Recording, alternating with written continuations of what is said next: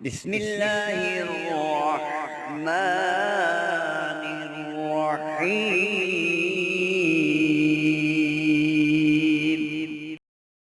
السلام علیکم ورحمۃ اللہ وبرکاتہ۔ ہم قاری محمد الیاس چینل میں آپ کو خوش آمدید کہتے ہیں، اور ہم امید کرتے ہیں کہ آپ لوگ اللہ کے فضل و کرم سے بالکل عافیت سے ہوں گے۔ آج کی اس ویڈیو میں ہم آپ کو بتا رہے ہیں جادو کا علاج قرآن و سنت کی روشنی میں۔ بہت سارے ایسے افراد ہیں جو جادو کا شکار ہیں اور جادو کی وجہ سے پھر مختلف قسم کے امراض کا شکار ہیں۔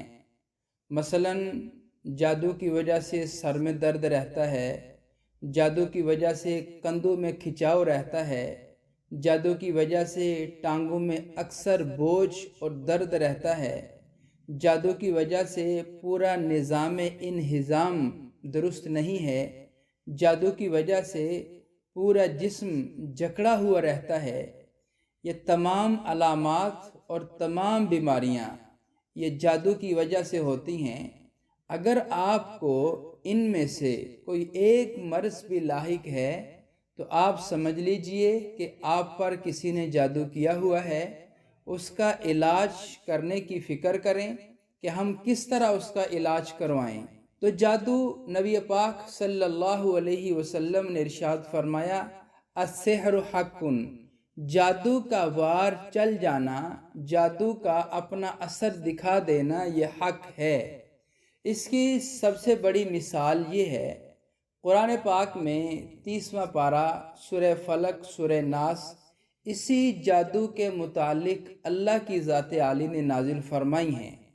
ان کا شان نزول آپ کی گوش گزار کرنا چاہ رہا ہوں کہ حضور پاک صلی اللہ علیہ وسلم کا زمانہ اقدس ہے کہ یہودی لوگ آپ علیہ السلام کی بہت زیادہ مخالفت کیا کرتے تھے، آپ کو مختلف قسم کے طعنے دیا کرتے تھے۔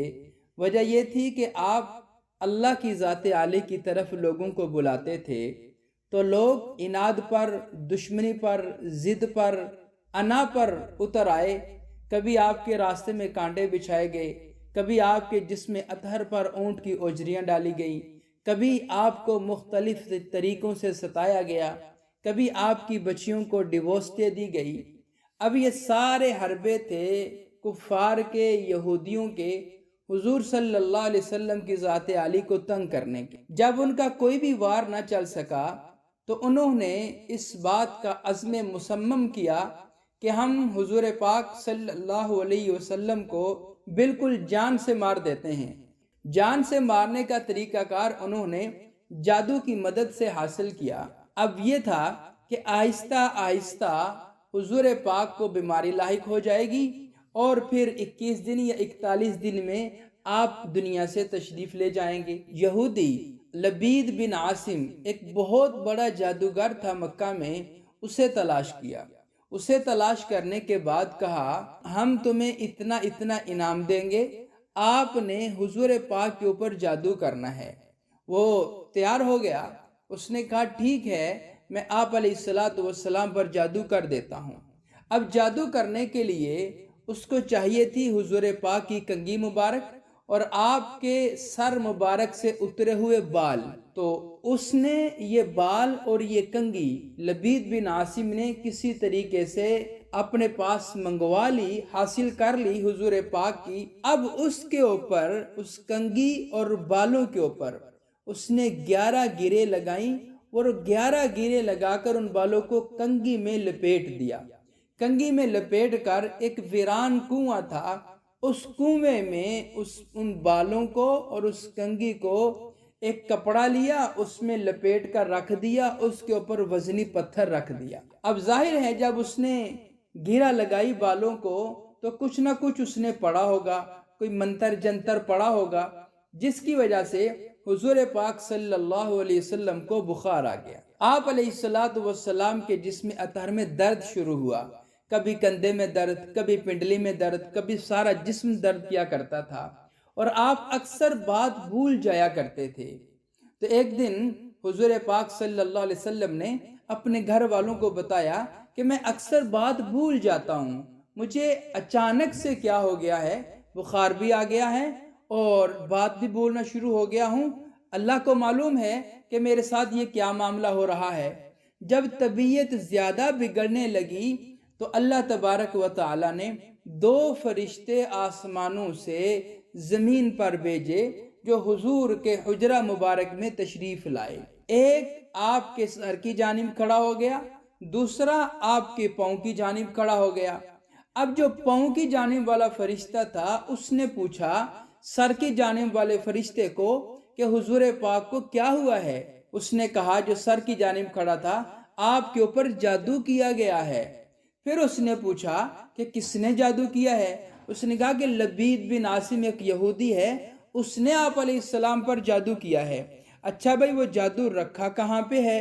تو اس نے کہا کہ فلاں کنواں ہے، اس کنویں میں آپ کی کنگھی اور آپ کے بال مبارک پر 11 گرے باندھ کر پڑھائی کر کے اس نے فلاں کنویں میں رکھا ہے۔ اب وہ فرشتے آپس میں یہ بات کر رہے تھے تو اللہ تبارک و تعالی وہ ساری بات خواب میں حضور پاک کو دکھا رہے تھے، وہ سارا معاملہ حضور پاک دیکھ رہے تھے۔ یہ ساری خواب دیکھی آپ علیہ السلام نے کہ اللہ تعالیٰ نے فرشتوں کو بھیجا، یہ سارا معاملہ جب انہوں نے دکھا دیا تو حضور پاک جب صبح کو بیدار ہوئے تو آپ نے صحابہ کرام کو بلایا اور فرمایا کہ بھائی مجھ پر فلاں یہودی نے جادو کیا ہے اور فلاں فلاں کنویں میں اس نے وہ میری کنگھی اور بال مبارک دبائے ہیں، آپ جا کے لے آؤ۔ جب وہ صحابہ کرام لے کے آئے آپ کی خدمت میں تو اللہ تعالیٰ نے حضرت جبرائیل امین کو بھیج دیا۔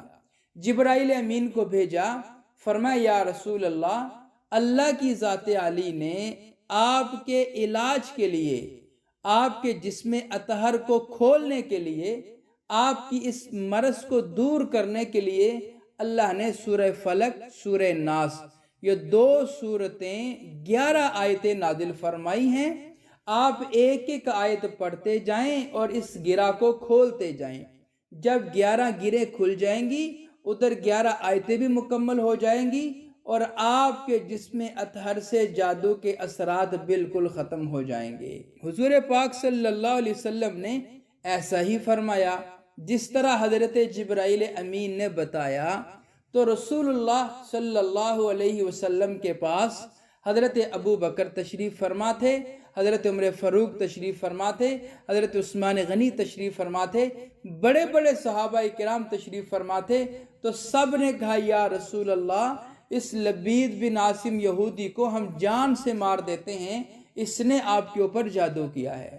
تو حضور پاک صلی اللہ علیہ وسلم نے فرمایا اس نے مجھے مارا نہیں، مارنے کا ارادہ کیا تھا، جب تک اس نے مجھے مارا نہیں اس کے اوپر فرد جرم ثابت نہیں ہوتا، اس لیے اسے کچھ نہیں کہیں گے، میں اس کو معاف کر دیتا ہوں۔ تو حضور پاک نے اپنی جان پر حملہ کرنے والے اس جادوگر کو معاف کر دیا۔ تو لہذا آپ کے اوپر بھی کسی قسم کا اگر جادو ہے، جنات ہے، شیاطین مسلط ہیں، نظر بد کے مسئلے مسائل ہیں، کسی بھی قسم کے آپ مسئلے سے دوچار ہیں تو یہ عمل نبوی ہے، میرے نبی پاک کا عمل ہے، دیا اللہ نے، لے کے آیا جبرائیل، کیا رسول اللہ نے۔ جب رسول اللہ نے کیا تو ساری امت کو بتا دیا کہ آپ کو کسی اور چیز میں پڑھنے کی ضرورت نہیں ہے۔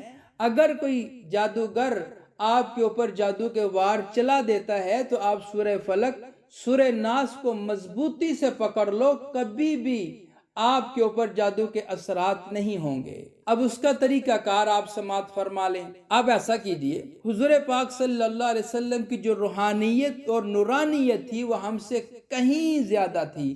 ہم ایک قطرے کے ہزاروں حصے تک بھی نہیں پہنچ سکتے جتنی اللہ نے ہمارے نبی کو روحانیت اور نورانیت عطا فرمائی تھی، کیونکہ وہ تو اللہ کے نبی تھے اور ہم ان کے امتی ہیں اور پھر گناہگار انسان ہیں۔ تو لہٰذا ہمیں کچھ دن پڑھنا پڑے گا، اس کے بعد ہمیں شفا ملے گی۔ تو آپ نے نماز فجر یا نماز مغرب کے بعد کوئی ایک ٹائم مخصوص کر لیں، اول آخر 3 بار درود ابراہیمی، درمیان میں 3 بار دونوں سورتیں، سورہ فلق، سورہ ناس، 30واں پارہ آخری دونوں صورتیں ہیں، ان کو آپ نے پڑھنا ہے۔